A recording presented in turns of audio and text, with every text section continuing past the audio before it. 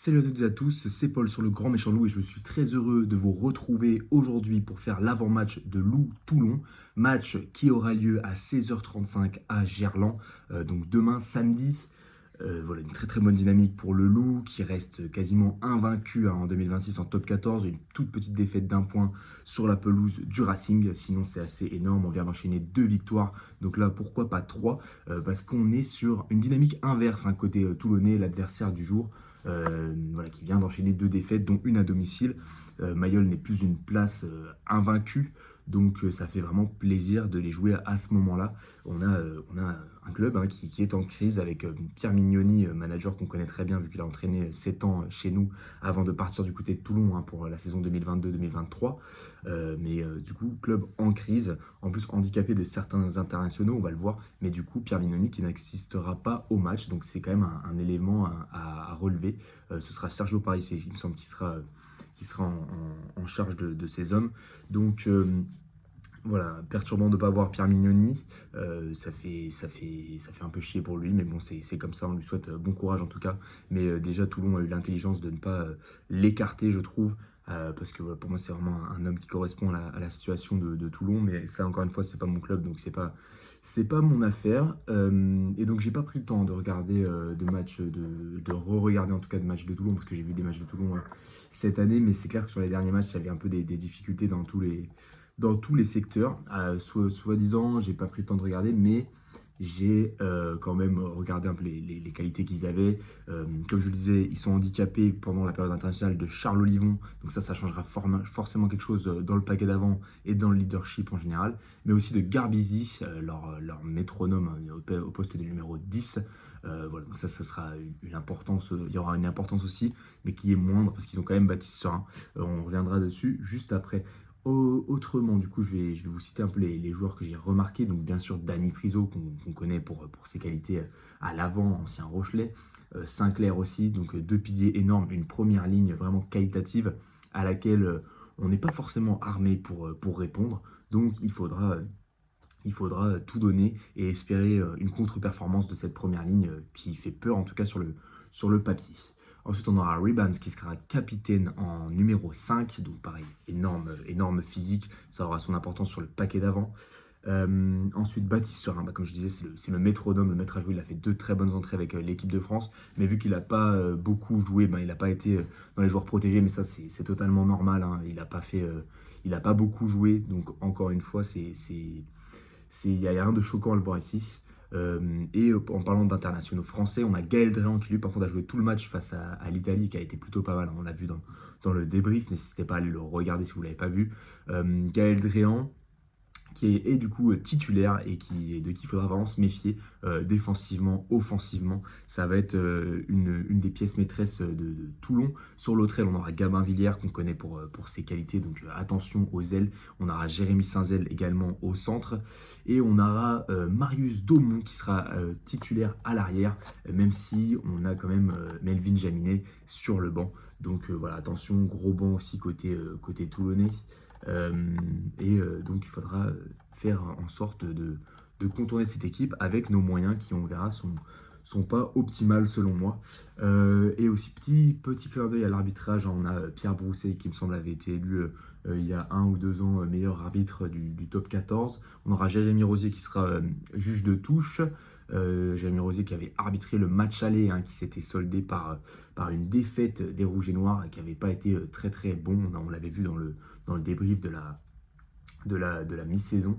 Mais voilà, il est arbitrage de touche. Et puis de toute façon, on sait que c'est un arbitre qui est plutôt bon. Donc il ne devrait pas y avoir de problème là-dessus. Voilà, c'est la fin de la parenthèse arbitrage. Maintenant, on va passer à notre composition avec, comme je le disais, Guillard, Couillou, qui sont absents tous les deux pour des raisons différentes. Guillard, c'est parce qu'il est préservé, mais en même temps, c'est un joueur auquel on est habitué à jouer sans Guillard, parce que voilà, depuis le début de saison, et soit il est blessé, soit il est appelé. Et Couillou, c'est un petit peu pareil finalement. On a joué quand même pas mal de matchs sans lui, donc on commence à s'habituer. Il y a aussi Monti Ioane, bien évidemment, qui est du côté de l'Italie, mais là, on a des ailiers vraiment en forme, donc disons que c'est peu impactant sur ce côté-là. Et on va tout de suite passer du coup à notre composition avec Jérôme Ray, Guillaume Marchand et Jermaine Hensley qui sont alignés titulaires en première ligne. Et je ne suis pas convaincu par cette première ligne, je suis convaincu par Guillaume Marchand qui a fait un très bon match. Mais pour moi, Ainsley a du mal à revenir pour l'instant de sa blessure et peut-être pour moi un petit peu trop frais. Après, il y a eu un travail certainement qui a été mis sur les dernières semaines, il y a eu pas mal de repos. Jérôme Ray, pareil, qui depuis le début de saison s'est surtout illustré en tant que finisseur. Donc je ne suis pas persuadé de la cohérence de cette première ligne, mais on verra ça. J'espère qu'ils vont me donner tort et qu'ils arriveront à perturber la première ligne adverse, où je disais, enfin comme je le disais tout à l'heure, où il y a du lourd. Théo William et Yann Serrou en deuxième ligne. Donc là, pour moi, c'est la meilleure deuxième ligne qu'on puisse aligner actuellement avec les blessures toutes les autres caractéristiques qui font qu'on est obligé d'aligner une deuxième ligne comme ça. On a Gérassi qui sera sur le banc, mais pour moi, voilà, il faut anticiper sur l'avenir avec un de ces roues qui va rester au club alors que Gérassi va partir du côté de Bayonne. Sur la troisième ligne, on a du lourd avec Dylan Cretin, Arnaud Botta et Sam Simons. Donc aucun commentaire à faire, c'est la meilleure troisième ligne qu'on puisse aligner. Il y aura Liam Allen sur le banc, donc ce sera aussi intéressant de le voir rentrer. Il y aura Maxime Gouzou qui peut rentrer aussi bien en deuxième ligne qu'en troisième ligne. Voilà, donc Gouzou, Gérassi sur le banc, je suis pas persuadé aussi de ses choix et de l'efficacité que ça puisse avoir. Mais Liam Allen, je suis persuadé qu'il va nous faire une grosse entrée aussi.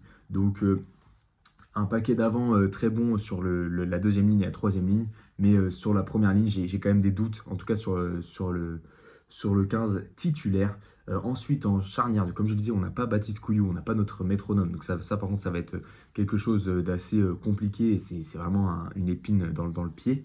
Et du coup, on a en charnière Charlie Cassan et Martin Méliande. Méliande qui a fait une énorme performance sur les derniers matchs. Charlie Cassan qui a été aussi énorme. Donc voilà, quand même confiant avec cette charnière, même si on aurait préféré avoir Couillou, bien évidemment.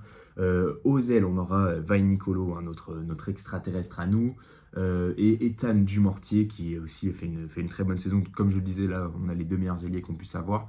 Et il faudra qu'ils soient à leur plus haut niveau pour jouer contre les ailiers qu'on a évoqués tout à l'heure. Et donc la paire de centre Théo Millet, donc ça c'est pas, encore une fois, c'est pas une surprise parce que Théo Millet, il joue tous les matchs, en tout cas tous les matchs vraiment importants en 12, donc ça c'est pas surprenant. Mais grosse surprise au niveau du numéro 13, on ne voit pas Maracou, on ne voit pas Yosefo Massi qui ne sont pas non plus sur le banc, donc je sais pas s'ils sont blessés ou pas, mais on a Alfred Parisien. Donc voilà, c'est aussi un choix important, Alfred Parisien qui est très bon, mais quand même, il faut quand même regarder les choses en face et se dire que c'est peut-être pas la meilleure paire de centres qu'on ait pu aligner. Mais encore une fois, Alfred Parisien, moi je lui fais confiance, donc on verra ce que ça donne. Gabin Laure en numéro 15, et ça c'est bien normal, c'est le numéro 15 actuellement disponible au Loup, surtout au vu de la performance qu'il a fait contre Montauban, qui était vraiment plutôt pas mal. Le banc, on a déjà vu une partie, mais je vais revenir sur la charnière. Les deux seuls arrières, on a fait un banc en 6-2. Donc on a Léo Berdeux en numéro 10 qui revient, ça fait plaisir, et Esteban Gonzalez qui va encore pouvoir prendre du galon. Donc voilà, ça fait plaisir, il avait joué aussi le match aller. Et on a aussi surtout une énorme première ligne remplaçante avec Kamisha qui fait son retour, Mukoro qui fait son retour, et Gomessa qui sera aligné sur le banc en finisseur comme souvent. Donc voilà, il y a quand même une équipe, mais je ne suis pas persuadé par tous les choix, on va dire. Et il faudra quand même assurer les hommes de Karim Ghezal parce que on a une opportunité au classement d'avancer encore. On a voilà, Castres qui n'est pas loin, à la 9e place. Même, on a l'occasion de reprendre pas mal de points sur Toulon qui est 8e. Et de distancer, mine de rien, Bayonne, La Rochelle et Perpignan. Bon, Perpignan, ils sont un peu plus loin maintenant. On respire un peu plus. Mais voilà, il faut continuer.